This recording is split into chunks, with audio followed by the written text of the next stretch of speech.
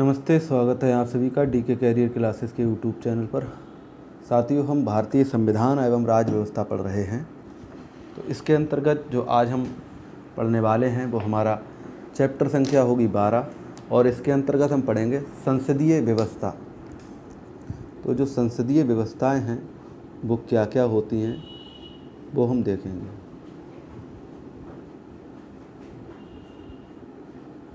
संसदीय व्यवस्था के अंतर्गत यानी कि पार्लियामेंट्री सिस्टम, ये पार्लियामेंट्री सिस्टम क्या है इसे आज हम समझेंगे।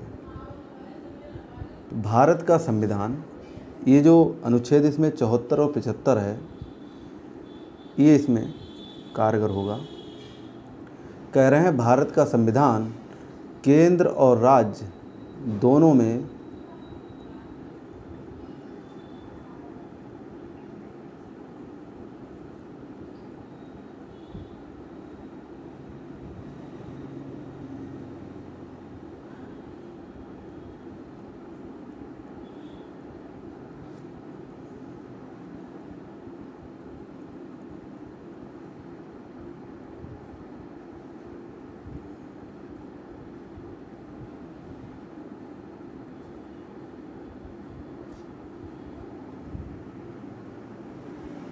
नमस्ते, स्वागत है आप सभी का डीके कैरियर क्लासेस के यूट्यूब चैनल पर।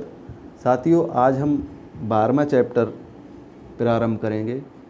इसमें जो एम लक्ष्मीकांत है, इसका जो 12वां चैप्टर है वो है संसदीय व्यवस्था, यानी कि पार्लियामेंट्री सिस्टम। ये पार्लियामेंट्री सिस्टम क्या है इसे आज हम देखेंगे।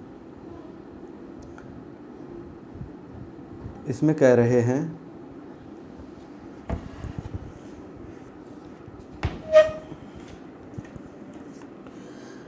भारत का संविधान केंद्र और राज्य दोनों में सरकार के संसदीय स्वरूप की व्यवस्था करता है। अनुच्छेद 74 और 75 केंद्र में संसदीय व्यवस्था का उपबंध करते हैं। अनुच्छेद 163 और 164 जो हैं वो राज्यों में करते हैं। आधुनिक लोकतांत्रिक सरकारें सरकार के कार्यपालिका और विधायिका अंगों के मध्य संबंधों की प्रकृति के आधार पर संसदीय और राष्ट्रपति में वर्गीकृत किया गया है। सरकार की संसदीय व्यवस्था वह व्यवस्था है जिसमें कार्यपालिका अपनी नीति एवं कार्यों के लिए विधायिका के प्रति उत्तरदायी होती है। दूसरी ओर सरकार की राष्ट्रपति शासन व्यवस्था में कार्यपालिका अपनी नीतियों एवं कार्यों के लिए विधायिका के प्रति उत्तरदायी नहीं होती है। यह संवैधानिक रूप से अपने कार्यकाल के मामले में विधायिका से स्वतंत्र होती है। सवाल कैसे बनेगा? सवाल बनेगा कि राष्ट्रपति शासन व्यवस्था में कार्यपालिका अपनी नीति एवं कार्यों के लिए उत्तरदायी होती है या नहीं, तो आंसर हो जाएगा नहीं। नेक्स्ट है हमारा संसदीय सरकार की कैबिनेट सरकार या उत्तरदायी सरकार या सरकार का वेस्टमिंस्टर स्वरूप भी कहा जाता है। यह ब्रिटेन, जापान, कनाडा, भारत इत्यादि में प्रचलित है। दूसरी ओर राष्ट्रपति सरकार को गैर उत्तरदायी या संसदीय या निश्चित कार्यकारी व्यवस्था भी कहा जाता है और ये अमेरिका, ब्राज़ील, रूस, श्रीलंका आदि में प्रचलित है। आइवर जेंक्स के संसदीय व्यवस्था को कैबिनेट व्यवस्था कहा है क्योंकि इसमें शक्ति का केंद्र बिंदु कैबिनेट होता है। आगे देखो, संसदीय सरकार को उत्तरदायी सरकार के रूप में भी जाना जाता है क्योंकि इसमें कैबिनेट वास्तविक कार्यकारिणी संसद के प्रति उत्तरदायी होती है और इनका कार्यकाल तब तक चलता है जब तक उन्हें संसद का विश्वास प्राप्त ना हो।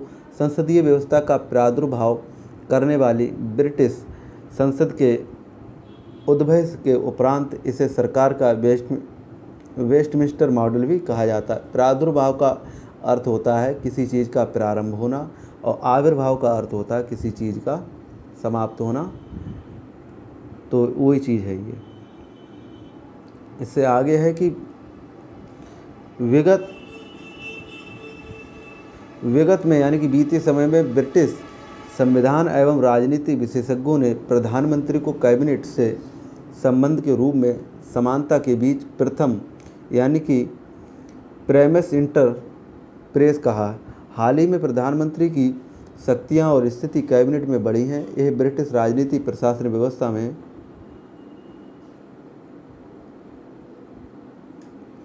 प्रभावशाली भूमिका अदा करने लगा। इसलिए बाद में राजनीतिक विशेषज्ञ जैसे कि क्रॉसमैन, मैकिन्टोश एवं अन्य विद्वान ब्रिटिश सरकार की व्यवस्था को प्रधानमंत्री शासित सरकार कहने लगे। यह स्थिति भारत के संदर्भ में भी लागू होती है। अब आते हैं संसदीय सरकार की विशेषताओं पर।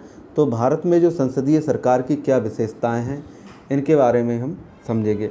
इसमें सबसे पहला जो बिंदु है वह है नामित एवं वास्तविक कार्यपालिका कि जो भारत की जो संसदीय व्यवस्था है उसमें नाम दिए गए हैं और वास्तविक जो कार्यपालिका है ऐसे नहीं हवा में चल रही है। राष्ट्रपति नामित कार्यपालिका यानी कि विधित कार्यकारी है, जबकि प्रधानमंत्री वास्तविक कार्यकारी है। कहने का मतलब है जैसे ये जो इसे समझें तो ऐसे समझें जैसे कि संसदीय व्यवस्था में जो राष्ट्रपति है और प्रधानमंत्री तो जैसे ब्रह्मा है और जैसे विष्णु, तो वास्तव में बड़ा तो राष्ट्रपति ही है, लेकिन जो शक्तियाँ जो सबसे ज़्यादा पावर दी गई वो प्रधानमंत्री में। ऐसे ही सृष्टि का जो सृजन किया है वो तो ब्रह्मा जी ने ही किया है, लेकिन उसके जो संचालन की जो जिम्मेवारी है, जो व्यवस्था दी गई है वो विष्णु जी के हाथों में दी गई। तो वही चीज़ है यहाँ पर। वास्तव में अगर देखें तो जो शक्तियाँ जो निहित हैं वो ब्रह्मा से ज़्यादा विष्णु में निहित हैं, लेकिन जो सृष्टि के संरचना करता है वो ब्रह्मा जी हैं। तो ऐसे ही राष्ट्रपति बेशक प्रथम नागरिक है भारत का, लेकिन जो शक्तियाँ जो निहित है भारत की जो पार्लियामेंट्री सिस्टम में वो प्रधानमंत्री के अंडर ज़्यादा दी गई हैं। जो प्राइम मिनिस्टर है उसे शक्तियाँ ज़्यादा दी गई, वही चीज़ यहाँ पर है। इस तरह राष्ट्रपति राज्य का मुखिया नामित होता है, जबकि प्रधानमंत्री सरकार का मुखिया होता है। जो राष्ट्रपति होता है, ये सवाल बहुत पूछा जाता है कि राष्ट्रपति किसका मुखिया होता है, तो वो राज्य का मुखिया होता है, जबकि प्रधानमंत्री किसका मुखिया होता है, वो होता है सरकार का मुखिया। यानी कि जो चीफ कमांडेंट है वो राज्य का तो राष्ट्रपति होगा, लेकिन जो सरकार है उसका कौन होगा, उसका प्रधानमंत्री होगा, जो गवर्नमेंट है। ऐसे अनुच्छेद 74 में प्रधानमंत्री के नेतृत्व में मंत्रिपरिषद की व्यवस्था करता है, जो राष्ट्रपति को कार्य संपन्न कराने में परामर्श देगी। उसके परामर्श को मानने के लिए राष्ट्रपति बाध्य होगा। जो बात प्रधानमंत्री जो है उसकी कैबिनेट कह देगी या प्रधानमंत्री की जो कैबिनेट व्यवस्था है वो जिस बात को कह देगी, तो राष्ट्रपति को वो बात मानने के लिए मजबूर होना पड़ेगा, बाध्य होना पड़ेगा, वो मना नहीं कर सकते। दूसरी जो व्यवस्था इसमें दे रहे हैं वो ये है कि बहुमत प्राप्त दल का शासन। ये जो प्रधानमंत्री नियुक्त होता है ये कैसे नियुक्त होता है, इसे ज़रा ओरल समझ लेते हैं। प्रधानमंत्री जो नियुक्त होता है, जितने भी ये जो सांसद हैं, ये जो विधायक वगैरह इत्यादि लड़े जाते हैं, जो सांसद हैं, तो वहाँ पर क्या होता है, वो अपना एक नेता चुन के दे देते हैं। जैसे कि 20 जो सांसद हैं उनमें बैठे और उन्होंने एक लिस्ट बना के दे दी राष्ट्रपति को कि हमारा जो हम बहुमत दल की सरकार के हमारे सबसे ज़्यादा सांसद बने हैं, तो इसमें जो हम अपना प्रधानमंत्री नियुक्त करना चाहते हैं, सरकार का जो अध्यक्ष चुनना चाहते हैं, जो प्रमुख चुनना चाहते हैं, जो चीफ चुनना चाहते हैं, वो हमारा ये रहेगा।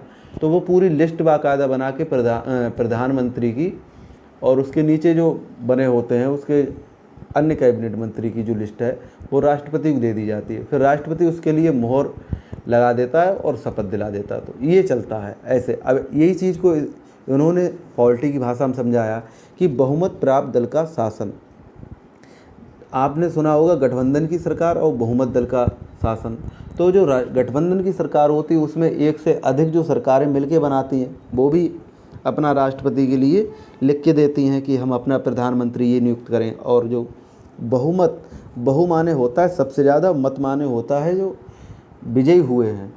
ऐसे जो हमारे सांसद हैं वो बहुमत में जो आते हैं वो ही है कि जिस राजनीति दल में लोकसभा में बहुमत में सीटें प्राप्त होंगी वह सरकार बनाती है। उस दल के नेता को राष्ट्रपति द्वारा प्रधानमंत्री नियुक्त किया जाता है। अन्य मंत्रियों की नियुक्ति भी राष्ट्रपति नियुक्त करता है प्रधानमंत्री के परामर्श पर। फिर वहाँ पर जो जब प्रधानमंत्री शपथ ले लेगा तो वो एक लिस्ट और बना के भेज देगा कि इसमें, या वो चाहे तो उसी लिस्ट में अपनी बना के भेज देगा कि ये हमारे कैबिनेट मंत्री हैं, ये हमारे राज्य मंत्री हैं, ये बिजली मंत्री हैं, ये सिंचाई मंत्री हैं, ये एजुकेशनल जो शिक्षा मंत्री हैं इत्यादि की वो पूरी लिस्ट बना के भेज देता और उन्हें सबको शपथ दिला दी जाती। तो जब किसी एक दल को बहुमत प्राप्त नहीं होता तो दलों के गठबंधन को राष्ट्रपति द्वारा सरकार बनाने के लिए आमंत्रित किया जाता है। तो जो गठबंधन की सरकार वो ये है, राष्ट्रपति द्वारा सरकार बनाने के लिए आमंत्रित किया जाता है। राष्ट्रपति फिर आह्वान करता है कि आइए और बताओ तुम अपनी लिस्ट जारी करो, किसे अपना प्रधानमंत्री नियुक्त कर रहे हो, अपने जो तुम्हारा अध्यक्ष है वो कौन, क्योंकि सरकार का अध्यक्ष होता है वही प्रधानमंत्री कहलाता है। तीसरी जो बात है वो है कि सामूहिक उत्तरदायी। यह संसदीय सरकार का विशिष्ट सिद्धांत है। मंत्रियों का संसद के प्रति सामूहिक उत्तरदायी होता है और विशेषकर लोकसभा के प्रति गठबंधन अनुच्छेद 75 के एक टीम की तरह काम करते हैं और साथ साथ रहते हैं। सामूहिक उत्तरदायी का जो सिद्धांत है इस रूप में है, कैसे एक टीम के रूप में काम करेंगे। ऐसा नहीं कि एक मना कर देगा तो वो काम नहीं होगा। जिसका एक जो है 50+1 जिसका बहुमत होगा वो काम होना ही होना है और उसमें भी कोई मंत्री मना नहीं कर सकता कि ये काम नहीं होगा, हम तो नहीं करेंगे। वो जो प्रधानमंत्री निर्णय ले लेगा वो करना ही करना है उन लोगों के लिए, वही कैबिनेट कहलाता है।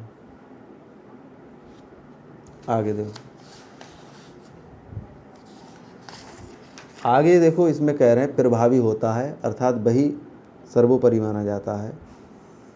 फिर कह रहे हैं प्रभावी होता है, लोकसभा प्रधानमंत्री के नेतृत्व वाली मंत्रिपरिषद को अविश्वास प्रस्ताव पारित करके हटा भी सकते हैं अगर प्रधानमंत्री चाहें तो। उनमें से दूसरे के जो पद हैं, आपने देखा हो कि नई कैबिनेट मंत्री की जो बैठक हुई है उसमें नए मंत्री पद घोषित किए गए, तो वो गठन कर सकता है अविश्वास। अगर कोई विश्वास के पात्र उसे नहीं लगता है प्रधानमंत्री को तो वो उसके जो है पद को चेंज कर सकता है, बदल सकता है। फिर है राजनीतिक एकरूपता। सामान्यतः मंत्रिपरिषद के सदस्य एक ही राजनीतिक दल से संबंधित होते हैं, इस तरह उनकी समान राजनीतिक विचारधारा होती है। कह रहे समान राजनीतिक विचारधारा, अगर समान राजनीतिक विचारधारा नहीं हुई तो ऐसे ही उलटबाजी चलती रहेगी। गठबंधन सरकार के मामले में मंत्री सर्वसम्मति के प्रति बाध्य होते हैं। वहाँ पर जिसकी सर्वसम्मति होगी, जो सबसे ज़्यादा जिसके मत हो जाएंगे, वहीं पर उसके लिए गठबंधन की सरकार के लिए बाध्य होना पड़ेगा, मजबूर होना पड़ेगा। फिर है दोहरी सदस्यता। दोहरी सदस्यता क्या अर्थ है? मंत्री विधायिका एवं कार्यपालिका दोनों के सदस्य होते हैं। इसका तात्पर्य यह है कि कोई भी व्यक्ति बिना संसद का सदस्य बने मंत्री नहीं बन सकता। संविधान व्यवस्था करता है कि यदि कोई व्यक्ति जो संसद का सदस्य नहीं है वह मंत्री बनता है तो उसके लिए 6 माह के अंदर संसद का सदस्य बन जाना होगा। ये चीज़ यहाँ पर, अगर क्या कोई भी व्यक्ति प्रधानमंत्री बन सकता है या अन्य मंत्री बन सकता है? जी हाँ, बिल्कुल बन सकता है। शर्त क्या है कि उसके लिए मंत्री पद पर रहते हुए 6 माह के अंदर संसद का जो है सदस्य बनना अवश्य होगा। अब संसद का सदस्य अगर वो नहीं बनता है तो वो किसी भी मंत्री पद पर नहीं रह सकता, या तो वो चुनाव के द्वारा उसके लिए बनाया जा सकता है या उसके लिए मनोनीत किया जा सकता है।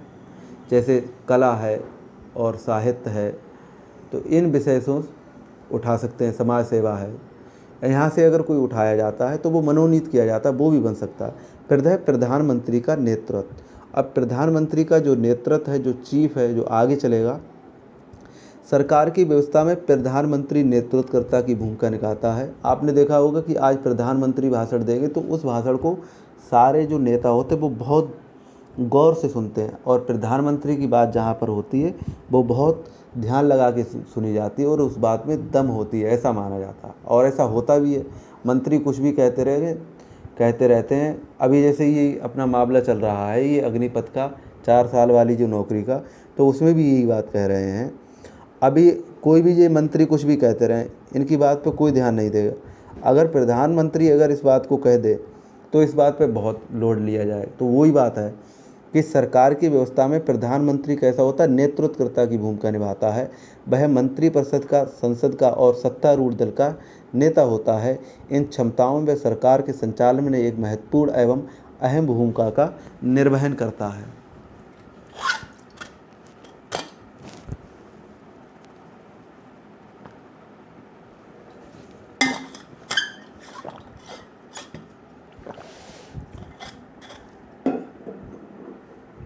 जो कि वर्तमान में सत्तारूढ़ भी सरकार है और क्षमताएं भी हैं उसके पास, और प्रधानमंत्री नेतृत्व करता है, ये तो आप जानते हैं।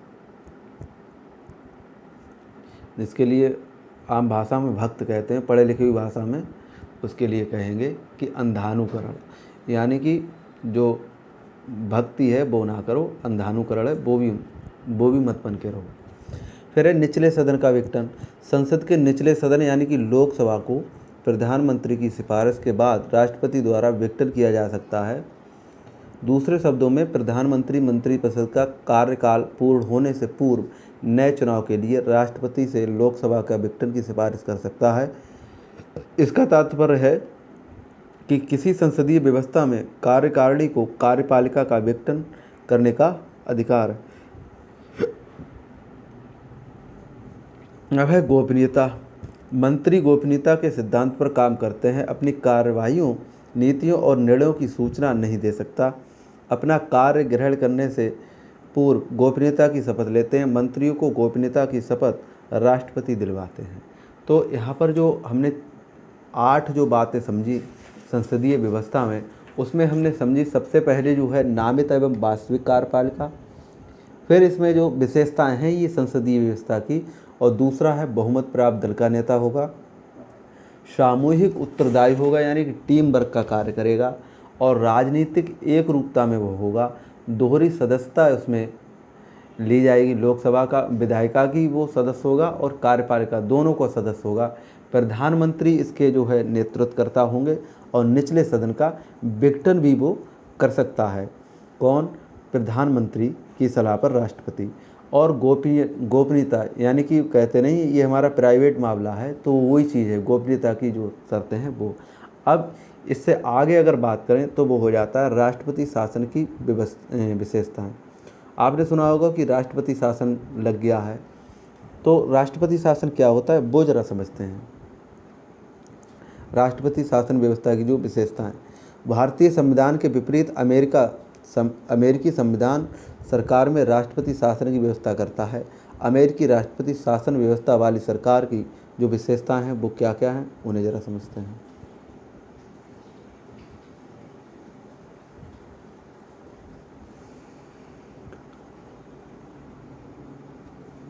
अमेरिकी राष्ट्रपति राज्य व सरकार दोनों का मुखिया होता है।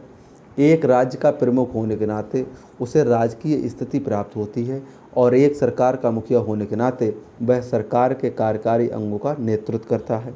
राष्ट्रपति को निर्वाचन व्यवस्था के तहत 4 वर्ष के निश्चित कार्यकाल के लिए निर्वाचित किया जाता है। उसे कांग्रेस द्वारा गैर संवैधानिक कार्य के लिए दोषी पाए जाने के अतिरिक्त नहीं हटाया जा सकता। ये 2 बातें। तीसरी बात इसमें है कि राष्ट्रपति कैबिनेट या छोटी इकाई किचन कैबिनेट की सहायता से शासन चलाता है। यह केवल एक परामर्शदात्री इकाई होती है। इसमें गैर निर्वाचित विभागीय सचिव होते हैं।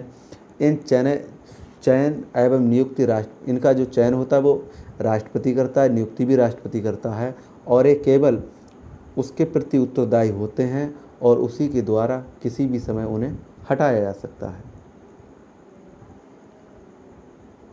आगे राष्ट्रपति और उसके सचिव। राष्ट्रपति और उसके सचिव अपने कार्यों के लिए कांग्रेस के प्रति उत्तरदायी नहीं होते हैं। ना तो कांग्रेस की सदस्यता ग्रहण करते हैं और ना ही सत्र में भाग लेते हैं। राष्ट्रपति हाउस ऑफ रिप्रेजेंटेटिव का विघटन नहीं कर सकता। कांग्रेस का निचला सदन। शक्तियों के विभाजन का सिद्धांत अमेरिकी राष्ट्रपति शासन व्यवस्था का आधार है। सरकार की विधायी, कार्यकारी एवं न्यायिक शक्तियों को सरकार की 3 स्वतंत्र इकाइयों में क्या किया गया? विभाजित किया गया, विभक्त किया गया, बांटा किया गया और विस्तृत किया जाता है। अब अगर बात करें संसदीय व्यवस्था के जो गुण हैं वो क्या क्या हैं, क्योंकि जो मेरिट और डीमेरिट्स यानी कि किसी चीज़ के फ़ायदे हैं तो उसकी नुकसान भी होंगे। तो अब हम देखेंगे कि जो संसदीय व्यवस्था है उसकी जो विशेषताएं हैं या जो गुण हैं वो क्या क्या हैं।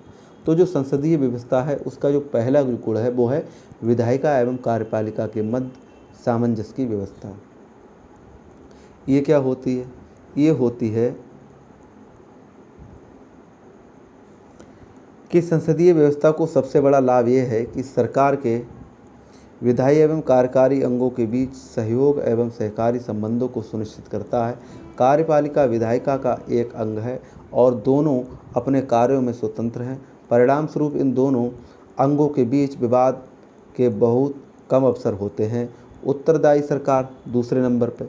उत्तरदायी सरकार क्या होती है? उत्तरदायी सरकार होती है कि अपनी प्रकृति के अनुरूप संसदीय व्यवस्था में उत्तरदायी सरकार का गठन होता है। मंत्री अपने मूल एवं कार्य अधिकारी को कार्य के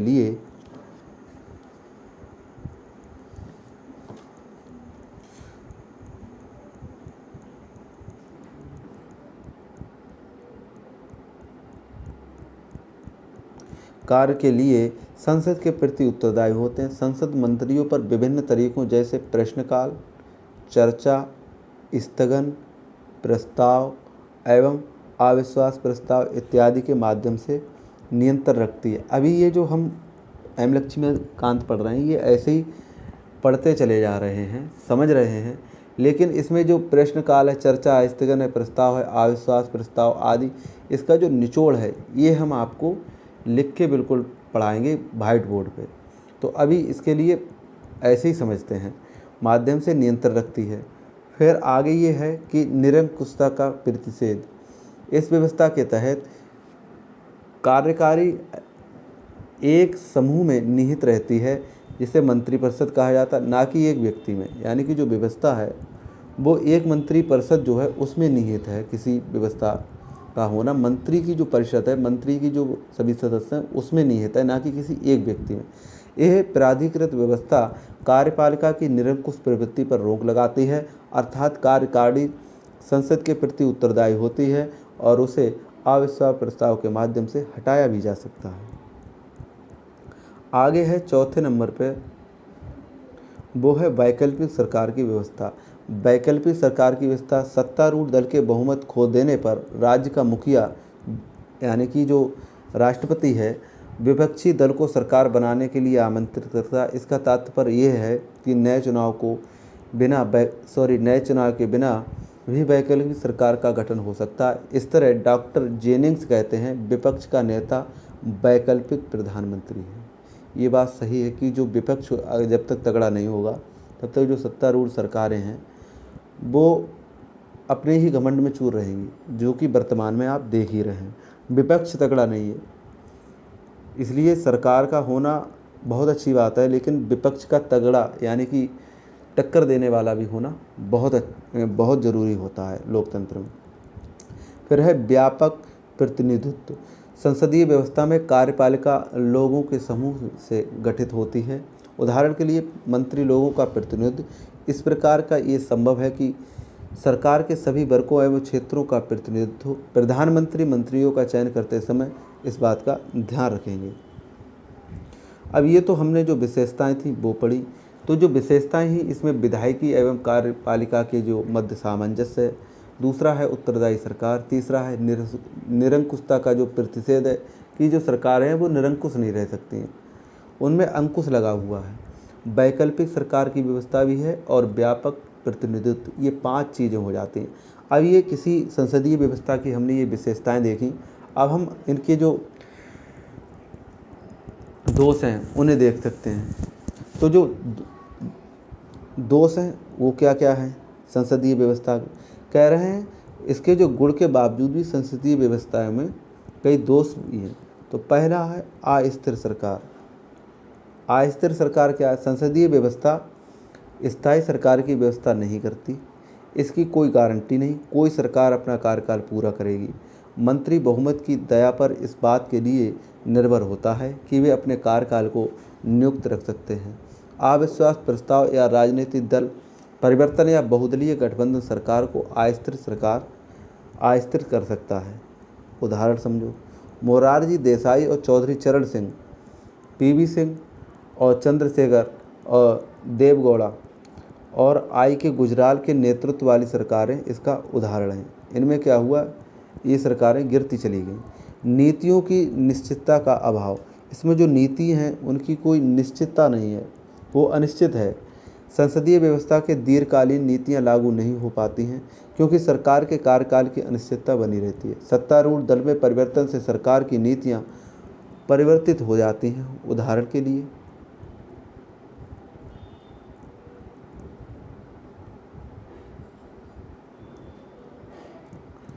1977 में मोरारजी देसाई के नेतृत्व वाली जनता सरकार ने पूर्व की कांग्रेस सरकार की नई नीतियों को पलट दिया। ऐसा ही कांग्रेस सरकार ने 1980 में सत्ता में वापस आने पर किया। ये ऐसी उलटबाजी चलती रहती। फिर है कि मंत्रिमंडल की निरंकुशता। जो मंत्रिमंडल है उसकी तो निरंकुशता है, लेकिन जो निरंकुशता का जो प्रतिषेध है वो एक व्यक्ति में नहीं है। पूरी अगर संसद जिस बात को कह देगी, मंत्रिमंडल है वो कह देगी, तो वो बात मान ली जाएगी।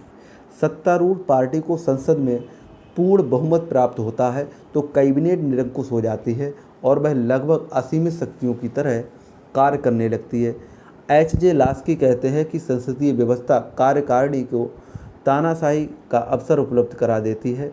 पूर्व ब्रिटिश प्रधानमंत्री रैमसे मूर भी कैबिनेट की तानाशाही की शिकायत करते हैं।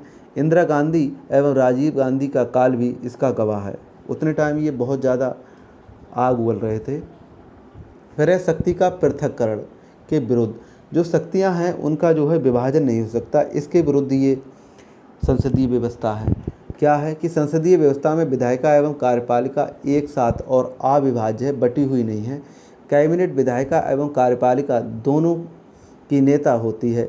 जैसा कि वेगहार्ट उल्लेख करते हैं कि कैबिनेट कार्यपालिका एवं विधायिका को जोड़ने में हाइफन जैसी भूमिका निभाती है, जो दोनों को जोड़ने के लिए बाध्य है। इस तरह सरकार की पूरी व्यवस्था शक्तियों को विभाजित करने वाले सिद्धांत के खिलाफ हो जाती है। वास्तव में ये शक्तियों का मेल है। फिर है हमारा कि अकुशल व्यक्तियों द्वारा सरकार का संचालन। जो कुशल नहीं हैं उनके द्वारा जो है सरकार चलाई जाती है। संसदीय व्यवस्था प्रशासनिक कुशलता से परिचित नहीं होती क्योंकि मंत्री अपने क्षेत्र में निपुण नहीं होते। मंत्रियों के चयन में प्रधानमंत्री के पास सीमित विकल्प होते हैं। उसकी पसंद संसद के सदस्यों तक प्रतिबंधित रहती है। वह बाह्य प्रतिभा तक विस्तारित नहीं होती है। इसके अतिरिक्त मंत्री अधिकांश समय में अपने संसदीय कार्यों, कैबिनेट की बैठकों एवं दलीय गतिविधियों में व्यस्त रहते हैं। सही बात है ये। हम संसदीय और राष्ट्रपति शासन व्यवस्था की तुलना उनकी विशेषता, गुण और दोषों के आधार पर करेंगे। ये तो हमने देख लिया कि उनकी विशेषताएं और गुण और दोष के आधार पर क्या है। तो इनके जो गुण हमने देखे और ये जो संसदीय व्यवस्थाएं के दोष हैं वो है, सबसे पहली जो बात की गई वो है, इसमें जो अवगुण है वो है अस्थिर सरकार, और दूसरा जो अवगुण है वो है नीतियों की निश्चितता का अभाव, और तीसरा जो अवगुण है वो है मंत्रिमंडल की निरंकुशता। ये सबसे बड़ी इसकी जो है विशेषता नहीं है। और शक्ति का पृथक्करण के विरुद्ध और अकुशल व्यक्तियों द्वारा सरकार का संचालन, ये इसमें कुछ दोष पाए जाते हैं। अब है संसदीय व्यवस्था की स्वीकारता के कारण कि जो संसदीय व्यवस्था है उसे हम क्यों स्वीकार करते हैं, इसका क्या कारण है वो समझेंगे। संविधान सभा में अमेरिकी राष्ट्रपति व्यवस्था के पक्ष में एक मत उभरा, लेकिन इसके जनकों ने ब्रिटिश संसदीय व्यवस्था को निम्नलिखित कारणों से प्रमुखता दी। वो क्या क्या कारण हैं? संविधान निर्माताओं ने ब्रिटिश संसदीय व्यवस्था को इसलिए भी अपनाया कि यह भारत में ब्रिटिश शासनकाल से ही यहाँ अस्तित्व में है। समझ रहे हो? गुलामी नहीं उतरेगी, बस गद्दियाँ वो ही रहेंगी, बैठने वाले चेंज हो जाएंगे। अगर हम इनकी विशेषताएं की और गुण और दोष की अगर तुलना करें तो क्या क्या हो सकती हैं, तो पहले इन्हें ज़रा पढ़ लेते हैं, इसके बाद हम इनकी गुण और जो दोष हैं इनके बीच की देखेंगे। तो कह रहे हैं के.एम. मुंशी ने तर्क दिया कि इस देश में पिछले 30 या 40 वर्षों से सरकारी काम में कुछ उत्तरदायित्वों को शुरू कराया गया है। इससे हमारी संवैधानिक परंपरा संसदीय बनी है। इस अनुभव के बाद हमें पीछे क्यों जाना चाहिए, क्यों महान अनुभव खरीदेंगे। इसके बाद में डॉक्टर भीमराव अंबेडकर क्या कह रहे हैं, ये उत्तरदायी सरकार को अधिक वरीयता दे रहे हैं, इम्पोर्टेंस दे रहे हैं। डॉक्टर भीमराव अंबेडकर ने संविधान सभा में इस ओर इशारा किया कि एक लोकतांत्रिक कार्यकारिणी को 2 शर्तों से अवश्य संतुष्ट करना चाहिए, स्थायित्व एवं उत्तरदायित्व। दुर्भाग्य से अब तक यह संभव नहीं हो सका कि ऐसी व्यवस्था को खोजा जाए जिसमें दोनों समान स्तरों को सुनिश्चित किया जा सकता है।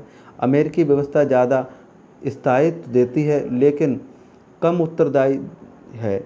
दूसरी तरफ ब्रिटिश व्यवस्था ज़्यादा उत्तरदायी है लेकिन कम स्थायित्व। प्रारूप संविधान ने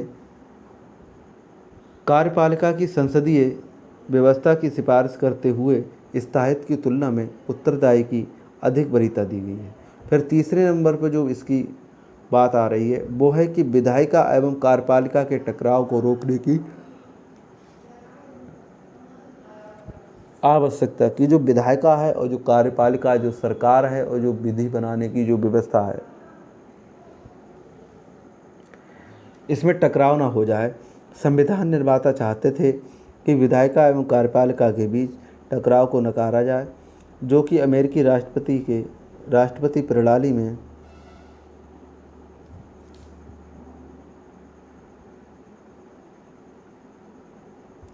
पाया जाता है।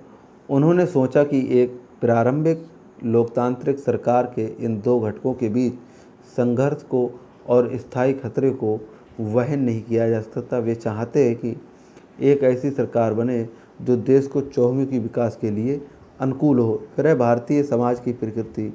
अब ये जो भारतीय समाज है इसकी क्या प्रकृति है, इसे समझते हैं। भारत विश्व में सर्वाधिक मिश्रित राज्य एवं सर्वाधिक जटिल समाज वाला है। इस तरह संविधान निर्माताओं ने संसदीय व्यवस्था को अपनाया कि जो हमारा भारत है इसमें बहुत तरीक़ा के लोग हैं, कई संस्कृतियां हैं और ये एक तरीक़ा का मिक्सचर है, ताकि सरकार में अपने विभिन्न वर्गों क्षेत्रों के लोगों के हित में बहुत अवसर सुलभ हो सकें और राष्ट्रीय भावना को लोगों के बीच बढ़ाते हुए अखंड भारत का निर्माण हो सके। फिर संसदीय व्यवस्था को जारी रखा जाना चाहिए या इसे राष्ट्रपति व्यवस्था में परिवर्तन किया जाना चाहिए। इस बात को लेकर 1970 के दशक में देश में बहस और वाद विवाद जारी हुआ। इस मामले में विस्तार से स्वर्ण सिंह समिति द्वारा विचार किया गया, जिसका गठन 1975 में कांग्रेस सरकार द्वारा किया गया।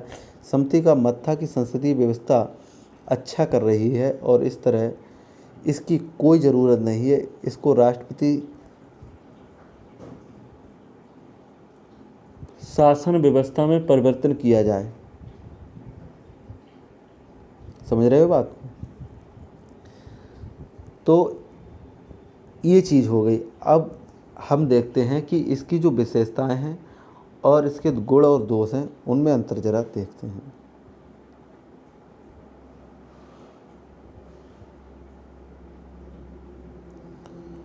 तो एक तरफ संसदीय व्यवस्था है और एक राष्ट्रपति शासन की व्यवस्था है। संसदीय व्यवस्था क्या है? इसमें दोहरी कार्यकारिणी और इसमें एकल कार्यकारिणी। बहुमत दल के नेता का इसमें शासन होता है। इसमें राष्ट्रपति और विधायिका का पृथक रूप से निश्चित अवधि के लिए निर्वाचन किया जाता है। सामूहिक उत्तरदायी होता है संसदीय व्यवस्था में और इसमें राजनीतिक एकरूपता नहीं होती है। 5वें नंबर पर अगर हम देखें तो दोहरी सदस्यता इसमें होती है और इसमें एकल सदस्यता होती है। और निचले सदन का विघटन होना और निचला सदन विघटन ना होना, ये विशेषताएं हैं राष्ट्रपति शासन में। शक्तियों का मिश्रण और इसमें शक्तियों का क्या होता है? विभेद होता है। फिर है गुण। तो जो गुण की बात करें कि विधायिका एवं कार्यपालिका के बीच सामंजस्य, वो ही विधायिका एवं कार्यपालिका के बीच टकराव, उत्तरदायी सरकार, निरंकुशता पर रोक, व्यक्ति प्रतिनिधित्व। इसमें कि गैर उत्तरदायी सरकार, गैर उत्तरदायी नेतृत्व की संभावना, सीमित प्रतिनिधित्व। तो ये चीज़ें हैं इसमें।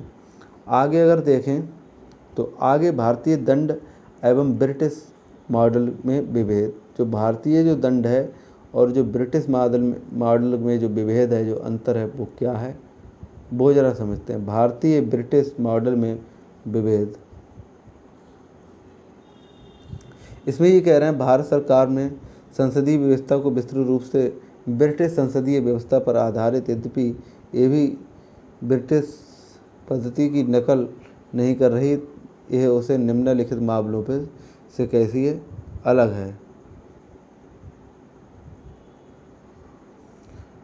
इसमें ये कह रहा है कि ब्रिटिश राजशाही के स्थान पर भारत में गणतंत्र पद्धति है। दूसरी शब्दों में भारत में राज्य का मुखिया राष्ट्रपति निर्वाचित होता है, जबकि ब्रिटेन में राज्य का मुखिया जो होता है वो राजा या रानी का वंशक होता है।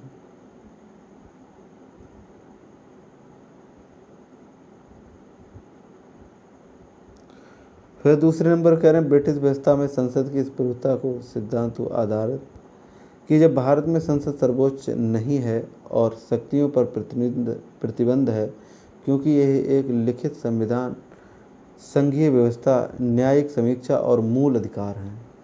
फिर इसमें अगर तीसरे नंबर पर देखें तो ब्रिटिश में प्रधानमंत्री को संसद के निचले सदन यानी कि हाउस ऑफ कॉमन्स का सदस्य होना चाहिए, जबकि भारत में प्रधानमंत्री के लिए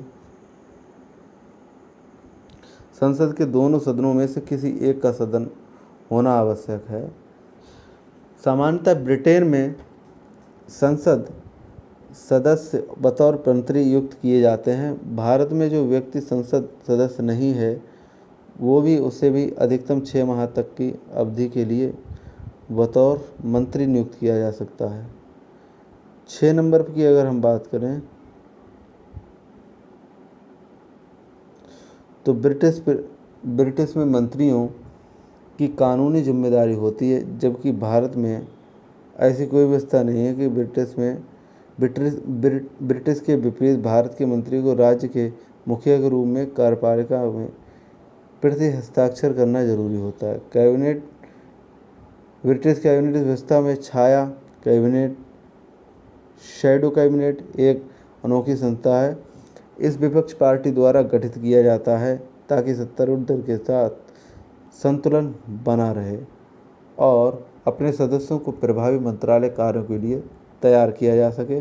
भारत में ऐसी कई और संस्थाएं हैं। तो आज यहीं पर कंप्लीट करते हैं इस सेशन को, इससे आगे का नेक्स्ट मिलेंगे। तब तक के लिए टाटा बाय बाय, जय हिंद।